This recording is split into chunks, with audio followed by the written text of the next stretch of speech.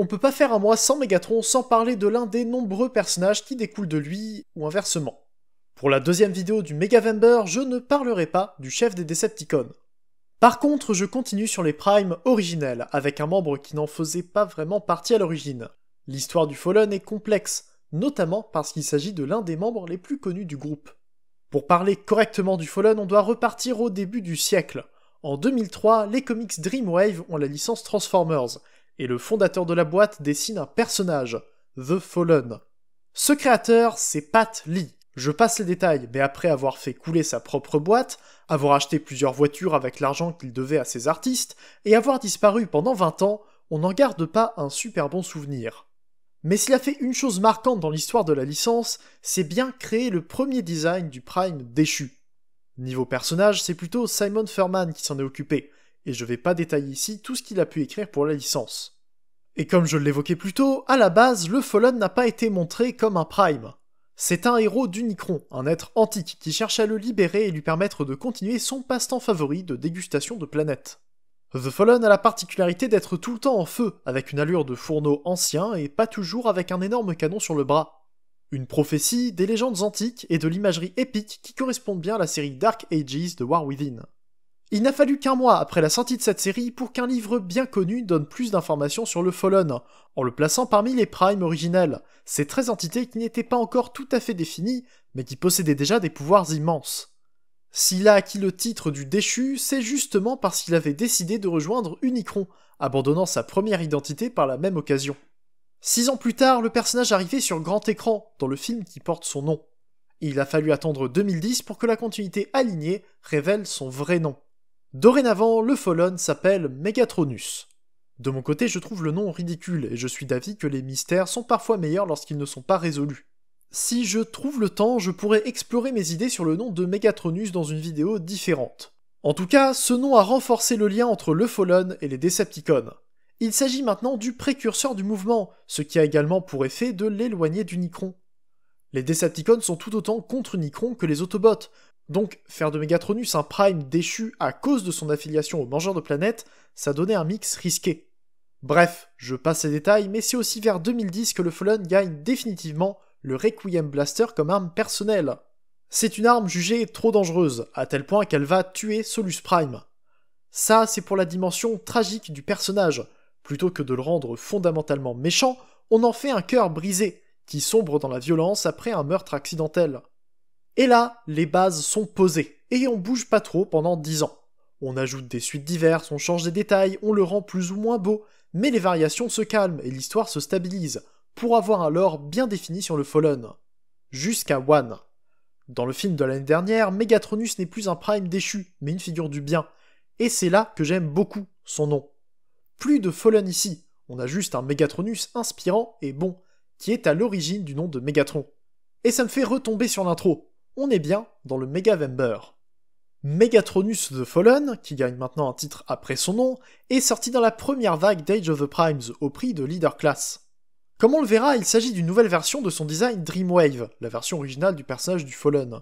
Déjà, si on veut être rigoureux, ce personnage ne s'est jamais appelé Megatronus, mais c'est clairement pas grave. On l'appelle comme on veut, et je trouve même que Megatronus le déchu est un nom plutôt stylé. En plus, il correspond plutôt bien à tout le côté mythologique de Dark Ages. Pour en revenir au jouet, il se transforme en tank. Un tank massif, effrayant, qui n'est clairement pas là pour aider les gens. Le Fallen transpire la méchanceté, la violence brutale et aveugle, qui considère tout comme un ennemi et qui a la force de tenir tête à une armée. Il faut dire qu'avec un canon de cette taille, ça aide pas mal. La tourelle tourne et le canon peut s'incliner un peu vers le haut, ce qui fait toujours plaisir. Ce sont les bras qui forment les côtés de la tourelle, et c'est pas la plus solide que je connaisse. Et en parlant de ça, il se transforme en un tank, avec un canon qui forme le milieu d'une tourelle dont les deux autres tiers sont les bras, et avec les pieds visibles à l'arrière. Ça vous rappelle rien ? Tout juste, quand on le regarde de loin, Megatronus ressemble à un Megatron Siege sous stéroïdes, encore plus grand et 3 fois plus lourd. Mais, on le verra, il mérite bien son prix de Leader Class. Il est nettement plus fini qu'un Megatron qui était déjà daté en 2020. Et ça se voit rien qu'avec les accessoires. Je ne parle pas encore des 2 armes déjà présentes sur le tank, mais il y en a encore 2 à côté et 4 effets de flamme. D'un côté, on a une machette que je trouve incroyable pour lui donner une arme de mêlée qui n'est pas une simple épée. Je trouve que c'est plus brutal qu'une épée, qui fait trop raffiné pour lui, et son seul défaut est de ne pas pouvoir la faire tenir à un robot dont les mains ne s'ouvrent pas. Pour le sceptre, il s'agit d'une référence au Spark Fuser de RT 2015, où Megatronus peut fusionner 2 Sparks ensemble. Mais on peut aussi le voir comme le sceptre de commande qui permet d'activer la moissonneuse de soleil dans Revenge of the Fallen. En gros, une double référence qui peut devenir très complète quand la machette termine son manche. La pièce est en plastique très souple et peut arriver tordue dans la boîte, donc un coup de sèche-cheveux et c'est reparti. Et pour les effets de tir, il ne s'agit pas de pièces réutilisées. Les effets sont entièrement nouveaux. 2 flammes sur peg 5 mm avec un portion à côté, et 2 effets bien plus grands qui donnent l'impression que le tank est en train de brûler. L'effet donne bien, mais ça sera encore meilleur en robot. En tout cas, la couleur est réussie et le mold est très bon. Je ne l'ai pas évoqué, mais le tank aussi est inspiré par la version originale du personnage, tout comme le robot. On peut voir son mode alternatif dans les pages du tome 8 de l'encyclopédie More Than Meets the Eye de Dreamwave, et ça doit être sa seule apparition où que ce soit. Je me dois aussi de mentionner les défauts que je trouve à ce mode alternatif. Niveau visuel, ça va. C'est plutôt pour la solidité. Toute la partie basse est très bien, mais comme je l'ai évoqué, la tourelle me convient pas complètement. Les avant-bras ne s'attachent nulle part, et les épaules sont sur une multitude d'axes qui ne se mettent pas toujours bien. Toute la cohérence de la tourelle vient des 2 pegs 5 mm qui tiennent le canon en place. C'est la seule chose qui sécurise les bras. Quand je vois tout le reste du tank qui tient vraiment bien, je trouve que ça jure pas mal, et c'est dommage. La transformation du Fallen commence avec le canon qui se détache du reste. On peut pas le laisser en place pendant la transformation, et c'est peut-être un peu dommage. Les jambes sont plutôt simples. Il suffit de les remettre dans l'alignement, et de sortir les pieds avec des étapes simples qui fonctionnent bien.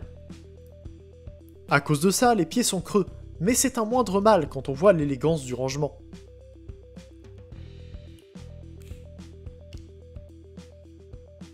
Comme beaucoup de monde, j'adore la transformation des chenilles avant, qui se replient après avoir retourné le blindage et qui se séparent pour cacher l'avant dans le torse. Moins de keyboll visible, pas d'étapes complexes et de l'ingéniosité pour remplir le torse, et on n'est pas encore en mode robot. Les épaules sont plutôt simples, mais j'avoue que c'est assez satisfaisant de voir que le corps est rempli de pièces mobiles. Les chenilles, l'axe de la tourelle et tout le bras qui tient la tête et le torse, ça fait beaucoup de monde à cet endroit et ça alourdit la figurine.